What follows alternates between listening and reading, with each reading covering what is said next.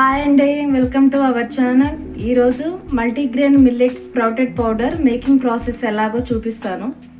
ముందుగా దీనికి కావాల్సిన ఇంగ్రీడియంట్స్: గోధుమలు 4 kgs, రాగులు 200 grams, కొర్రలు 200 grams, సామలు 200 grams, ఊదలు 200 grams, అరికెలు 200 grams.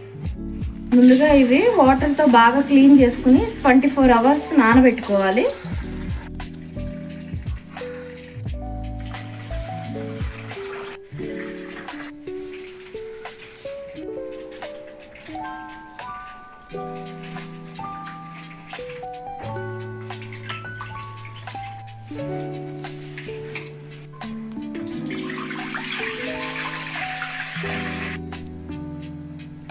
ఇవన్నీ నీట్గా క్లీన్ చేసేసాను. ఇప్పుడు వాటర్ పోసి నానబెట్టుకోవాలి.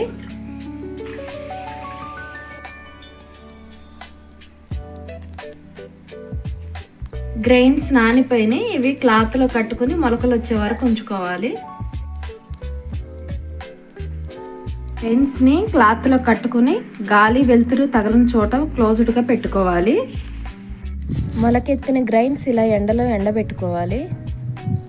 మొలకెత్తిన గ్రెయిన్స్ బాగా ఎండిపోయినాయి. ఇవి పిండి పట్టించుకోవాలి. Sprouted multigrain millet powder ready అయింది. ఇది మల్టీపర్పస్గా యూజ్ చేసుకోవచ్చు. చాలా హెల్తీ. మీరు కూడా ట్రై చేయండి. ప్లీజ్ సబ్స్క్రైబ్, లైక్ చేయండి, షేర్ చేయండి. Thank you.